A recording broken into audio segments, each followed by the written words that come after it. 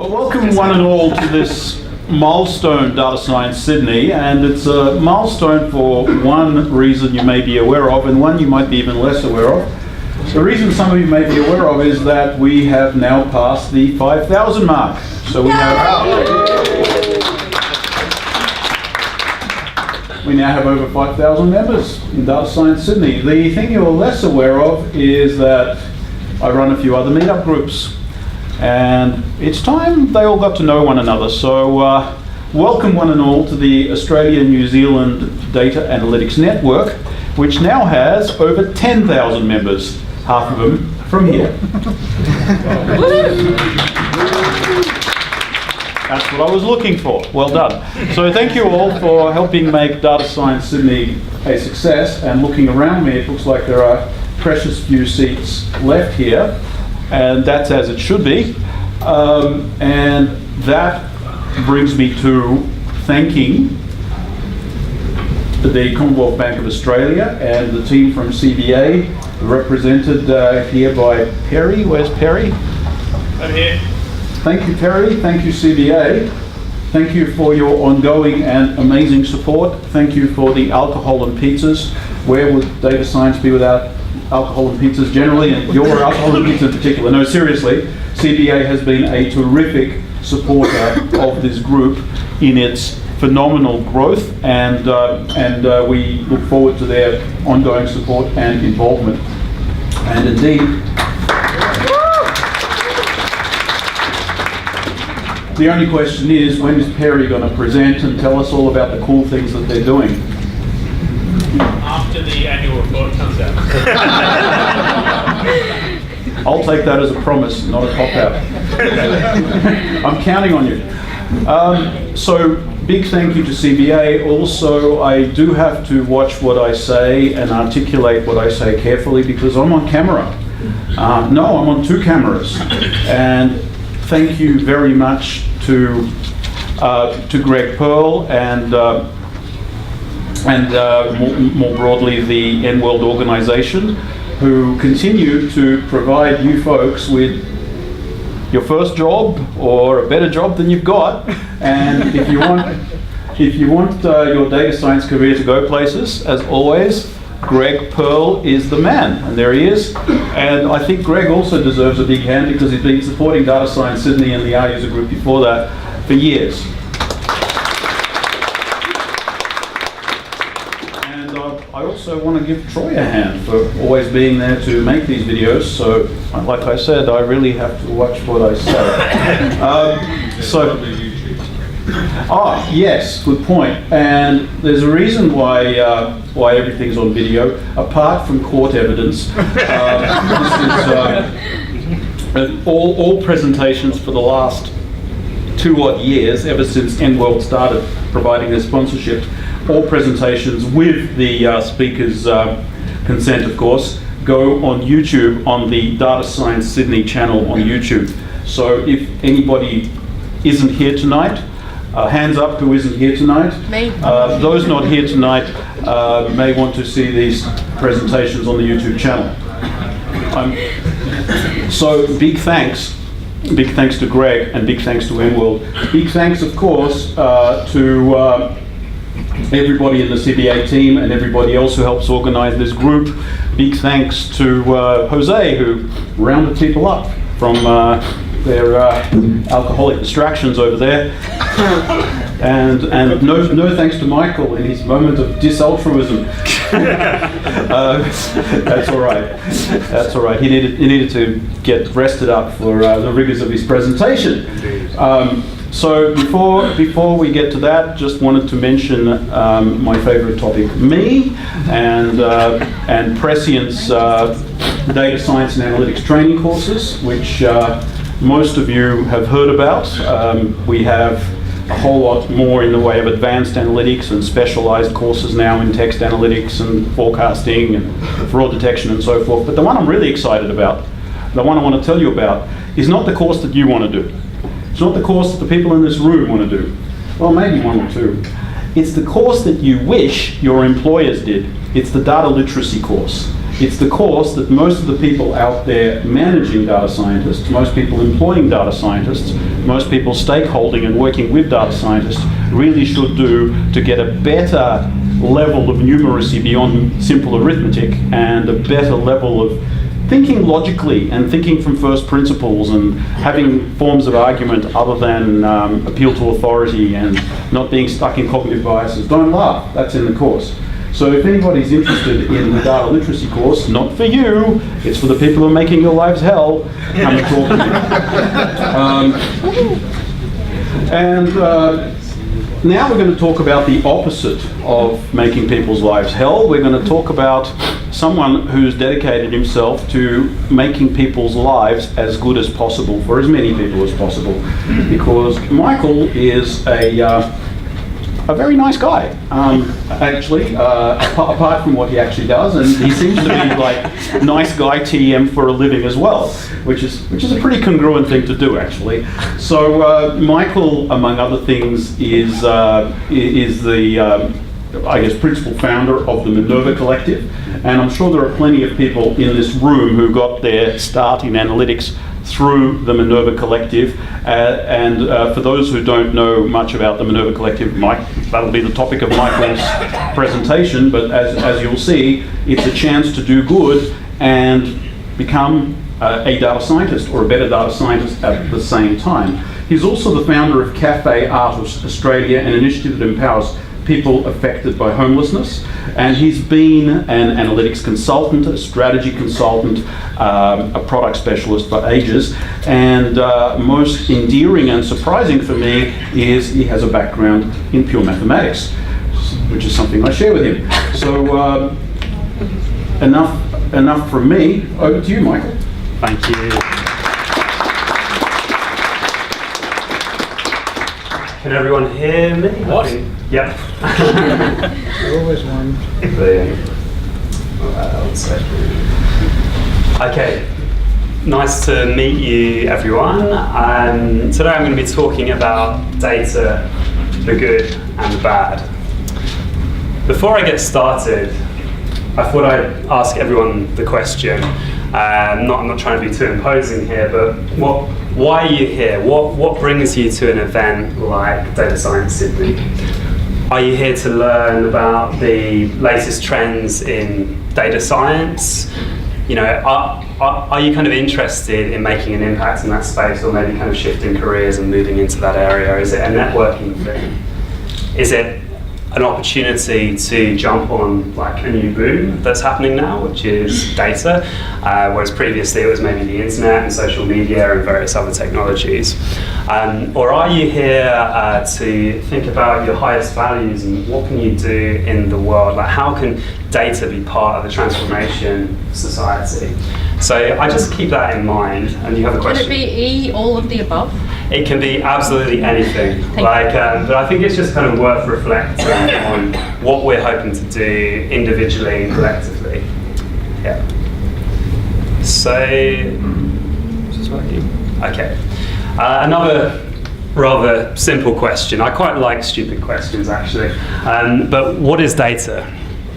So, I'd just like to reflect on all the different ways in which our data is collected. I've probably left a whole load out, but if I look at Google Maps, it records exactly which cafe I go to in the morning. The credit card data from Westpac or whoever I bank with will look at that I bought a coffee or what my kind of financial transactions are. Fitbit will collect data on my sleeping pattern as well as my pulse rate and various other things such as that. So like a lot of data is collected there.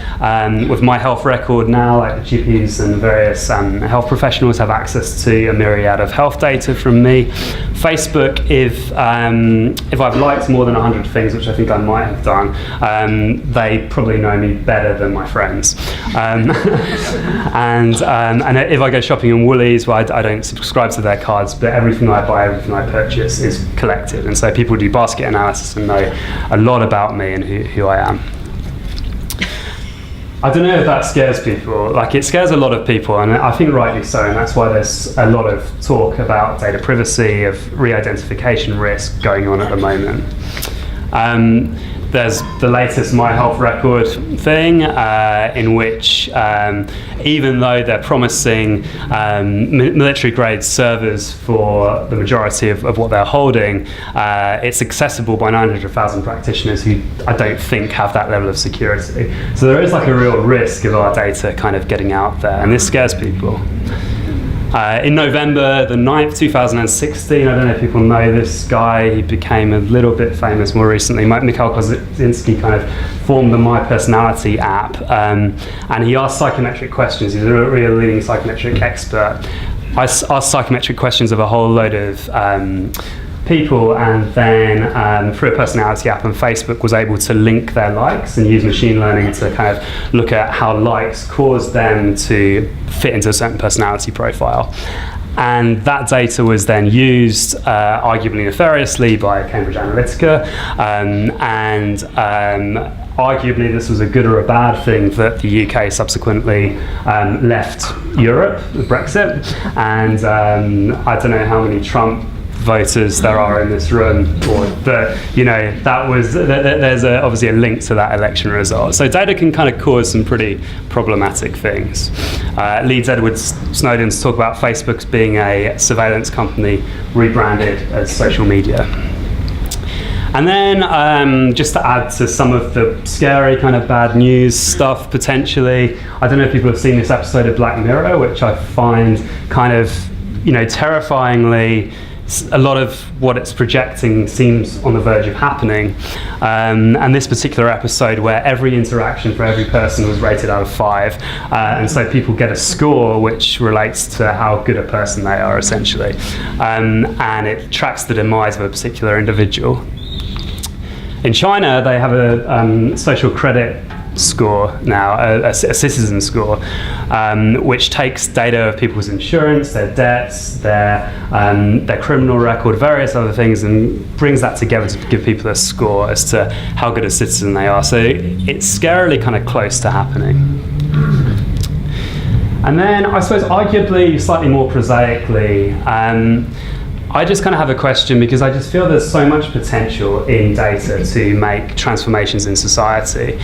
And I'm not necessarily judging this, but it feels like a lot of the most innovative people in the world are devoting their efforts to incremental improvements, for example, in the iPhone. Indeed, the iPhone camera is worked on by about 800 people. The average data science salary in Apple is over $200,000 a year. What if these people directed their effort to world hunger or something like that? And so on. Yeah. Like Swan. So, but there is a lot going on in terms of data for good at this point in time. And I'm just going to go through a couple of examples of what's happening.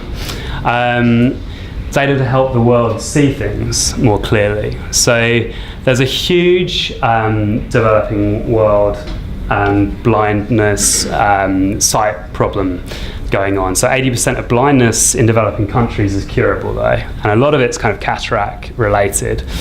And in sub-Saharan Africa, more people have access to mobile phones than to clean running water, which may or may not come as a surprise to people. So how are all these facts linked? Well, a guy called Nicholas Bastoris, who was a practicing doctor in the UK, decided to kind of take up and get some simple mobile technology where you can take a picture of people's eyes and you can kind of scan them for cataracts. And it fast-tracks massively like the whole process of being able to diagnose cataracts and then get treatment in developing world countries. So things like this are kind of going on. Also data to beat cancer, so cancer being usually diagnosed at a stage 3 or a stage 4 based on symptoms. There's a lot of work going on looking at something called microRNAs and how they lead to being able to predict cancer early. And this team in Chile have basically put together a simple non-invasive test which basically enables people to take a blood sample, and that blood sample can be analysed for using machine learning, using a photo from your phone to look at the risk of cancer. So it's something that touches all of our lives, but it's just the beginnings of some sort of revolution going on in healthcare and in data. And a lot of these machine learning algorithms are really similar. It's similar to the one that YouTube would have used to figure out whether an image is a cat or not. So they've used it here. Then there's the kind of far-fetched stuff, so around Elon Musk's, what's it called again, Neuralink, like wizard hat for the brain. Neuroscience is a massively complex area, and you know, the amount of data that's collected in neuroscience is really more than any other area. But you know, is there a chance to be involved in something where we start to understand the way the brain works, understand mental health, and start to actually kind of forecast, upload our thoughts to the cloud, you know, that kind of thing. So there's just all this really exciting stuff going on.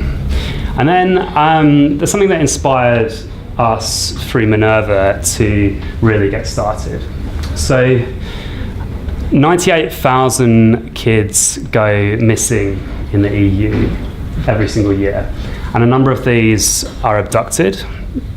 And in 2014, in the UK, the first time I think something like this happened, like a major telco put their data together on the GPS coordinates of missing kids. They put it together with the National Crime Agency, and they started to track when and where kids went missing. And this isn't complex analytics, it's pretty basic stuff, but they were able to kind of figure out the clusters and the likelihood of kids being in certain places. And as a result of this analysis, 2 kidnapping rings were broken and 500 children were returned to their families. So there's a lot that could be done with data, and a lot of the stuff is quite simple, like this. So I thought I'd briefly, without being overly self-indulgent, just explain my own journey and how I got to be here. I, as Eugene said, I'm originally a maths geek. And I kind of studied pure maths undergraduate degree. I then found myself with the first exposure to data for good working in the UK in sort of ugly 1960s buildings, and I was like, what's going on in my life? What am I doing here? But actually this project was really meaningful to me because we managed to save the government up to $40 million of taxpayer money. And the reason we were able to do this is because a lot of staff were leaving, and all these empty buildings were around, but they didn't know how to close these buildings. And it was a simple matter of putting data together, and literally at that time, we just shared with the corporate centre a Excel pivot chart to show them where the utilisation was high and low, and then they got excited and they're like, oh, we could save all this. And then we built an integer programming model to figure out which buildings should close and when, and we started going around to individual district areas and telling them, these are the buildings you should close, this is how much you save as a result of doing this. And it was very fulfilling, even though the sort of backdrop was somewhat dreary. So I had that experience, but it got a little bit too cold in London, and I kind of got excited about coming to Australia and going surfing and whatever else. And I got involved in various companies. While I was at PwC, it kind of went up in flames. But I don't know if there was some causality there or not. And I kind of got involved in actuarial and analytical work there, and then a lot in other companies working in kind of marketing. And I really value that time because I kind of felt I was surrounded by a lot of very smart people, and it was kind of intellectually very satisfying. But there was something that was kind of niggling at me that was preventing me from kind of really achieving and working in the area that I wanted to work in. And that led to an identity crisis. I got fired from a job. I went and lived on a farm for a few months. I traveled around the world. I tried to write a novel. I tried to start various companies. None of it really worked. It was a great experience, but I sort of came back and really realized that understanding people compassionately was kind of an important thing to do. And this led me to, as I think Eugene mentioned, to start this charity, Cafe Australia, where we give 100 disposable cameras out to homeless people, and we get their stories and we kind of present, allow them to showcase work that they've taken on cameras. But I still kind of, as a data scientist originally, I just wanted a way to scale this and to make this into something bigger.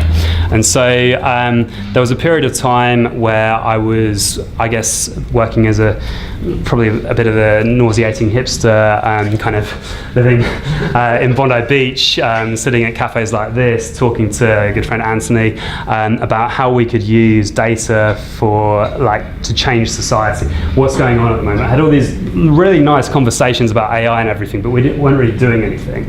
And then we decided, why don't we have a meetup? Why don't we bring like people together to have conversations like this, so we can actually, make a change. And the Data Science Breakfast meetup, which is still going, is formed. I don't give it as much love as I used to, but early on in the piece, we were just kind of doing this stuff by the seat of our pants a little bit, and we kind of turned up and just thought, okay, we're going to do a social good data evening, and we just came up with a bunch of high-level ideas of like education, health, climate change, and we got people to kind of talk about it. And we were amazed that the energy in the room kind of palpably changed. We found that actually everyone wanted to be involved in using data for good. And it's true that 80% of millennials want purpose in their work now. It's like really important, and we felt we had to do something about this. So we started Data Science for Social Good, and that quickly became what's now the Minerva Collective. Just to go back quickly to the story around the 2 kidnapping rings broken and 500 children returning to their families. One of the reasons this was really successful is that it involved data sharing between different entities, and this is a notoriously hard thing to do. In fact, it happens really rarely, and so rarely does proprietary big data, is it linked to kind of the capable talent to use that data to solve significant societal problems. And so we came together with a company called Data Republic to form the Minerva Collective, because Data Republic have the platform which enables us to connect people, projects, and programs together. So we can actually kind of share data. So Data Republic have a platform which enables de-identified data to be shared between organizations like Westpac, IGA, kind of telcos, potentially big companies, enables them to share their data. And then we were like, well, how can we use that data for social good? And that's really been how Minerva was founded and what we've been doing. So Data Republic provides the secure platform, which enables, it's got the full legal governance around it, ensures that you can kind of share data with people and not risk their identity being stolen. We have run several what we call data co-ops, which are events in which we invite probably about 50 data scientists to come along, and just for a few hours to kind of hack data for social good. So we often got projects ranging from mental health projects to understand how people behave digitally who suffer from mental health issues, to domestic violence and to various other things. So we've run 6 of these so far, and we've had 350 analysts. There's always a good feeling in the room because people just get inspired by using data for social good. We run several projects which kind of link data to societal change. So I'm going to just go through some of the projects that we've been working on and that we've been working on independently from Minerva too. Domestic violence has been like a big area that we've been working in over the last couple of years. It's the leading cause of homelessness in Australia, and indeed through the other charity, like even today I've had a conversation with someone whose kind of life fell apart, and over the last few years she's been homeless, just not having having had a family breakdown, and then having formerly been very successful, now kind of just not really knowing what to do. So it's a really big problem. 1 in 6 Australian women suffer from domestic violence, which I probably undercalculated because this is probably about 90% male in this room, but it would have affected a few people in this room. And what we found during the course of several workshops that we ran with domestic violence experts and data people was that perpetrators of domestic violence actually want to change their behaviour, and men's behavioural change programs seem to work. And they work because they raise the awareness of the perpetrators of what they're doing. A lot of people just aren't aware that this is a problem.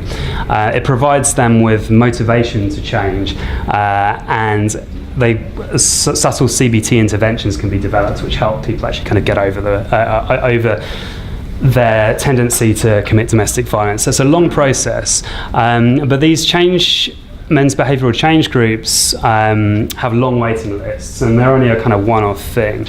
So we kind of felt that there was an opportunity to intervene early using technology. And we've only kind of built early prototypes of this solution, but during the course of our talking to domestic violence experts and academics and various other groups, sorry, I'll just jump across here,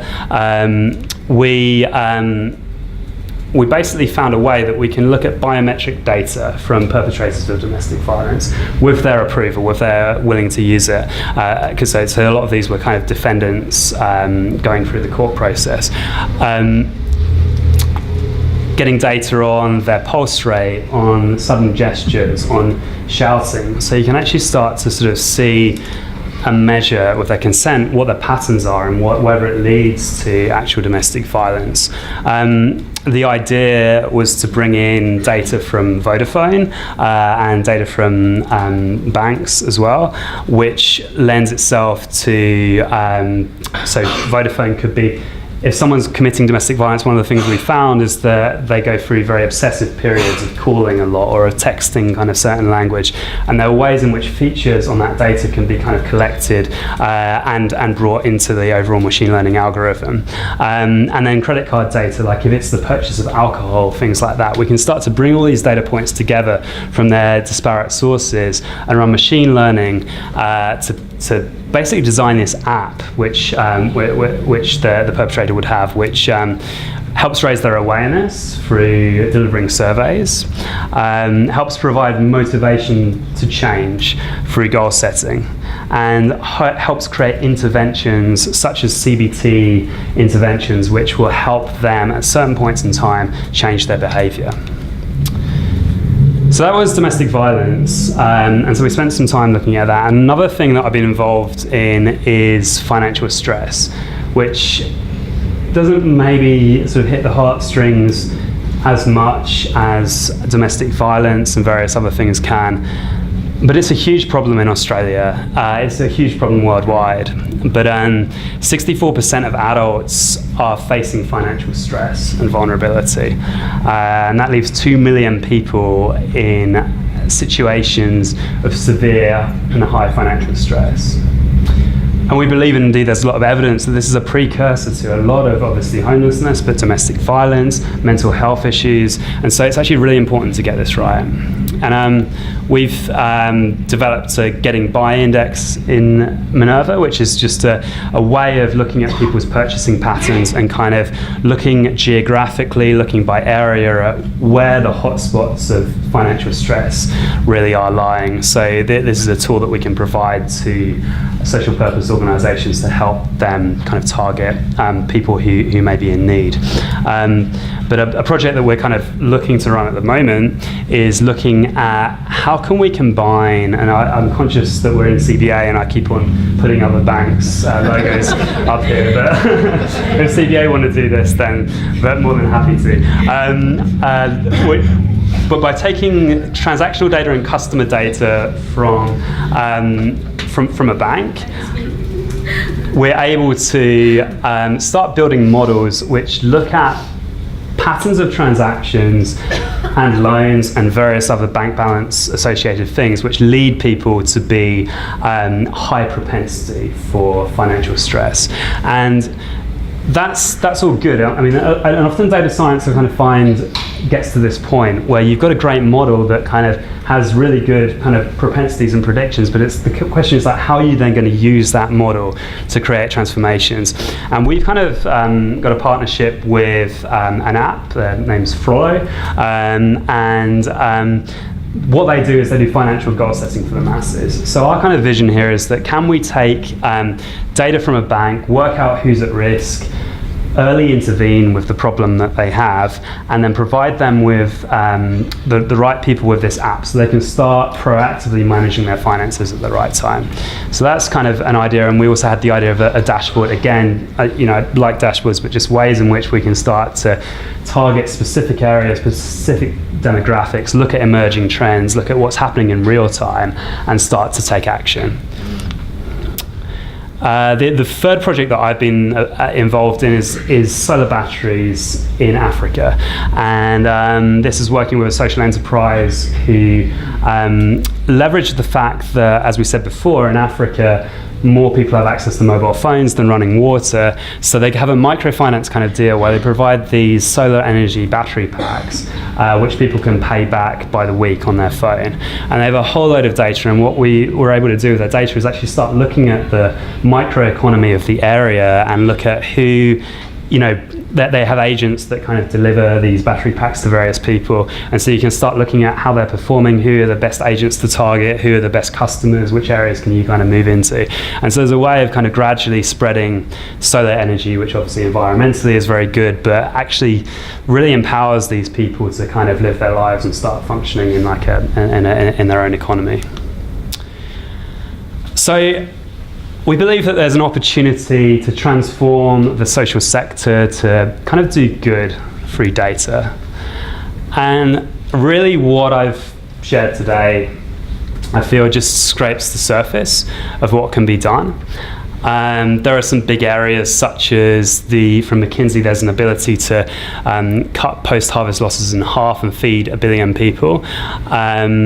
Through health, obviously there's a lot more in terms of personalised healthcare and medicine. There's whatever we want to do for climate change. There's developing world aid.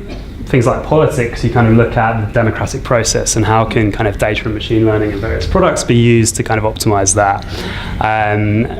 Science is just becoming so much more focused, as we've got some friends that work in the Garvan and kind of various neuroscientists. Everything is becoming data orientated, and there's just this opportunity to kind of jump on that and make a change there.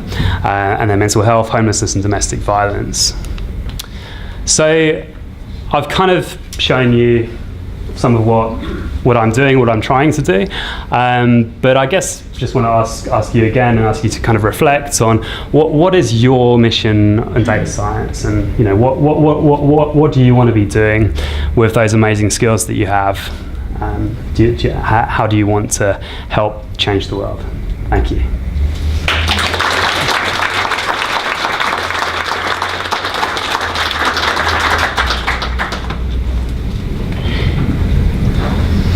This is the part where we do this thing called questions.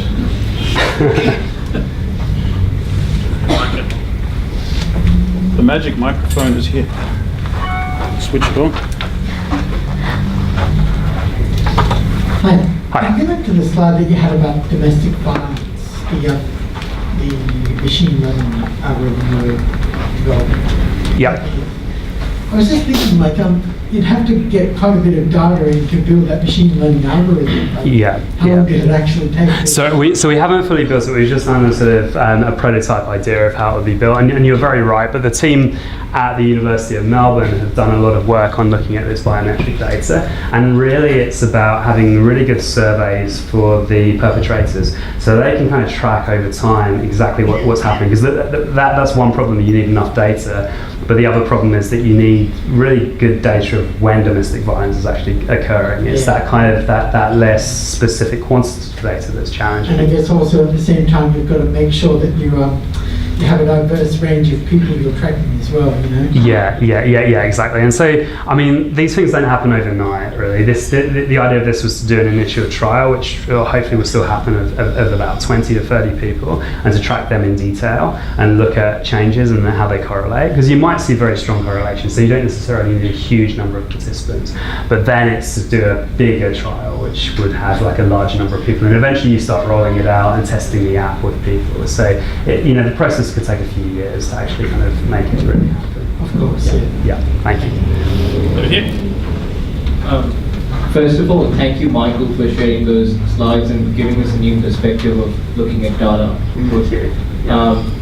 The one question I do want to ask is, for someone who's getting introduced to data science, what sort of tools do you use for machine learning, or what sort of I understand the application, but what sort of tools should someone skill up in to make use of data that way? Okay, so I think a lot of people will have different perspectives on this, but for me, what I've found over the years I find that the ability to solve the problem and to really look at the problem is, and be able to frame the problem is more important than the software and tools that you use.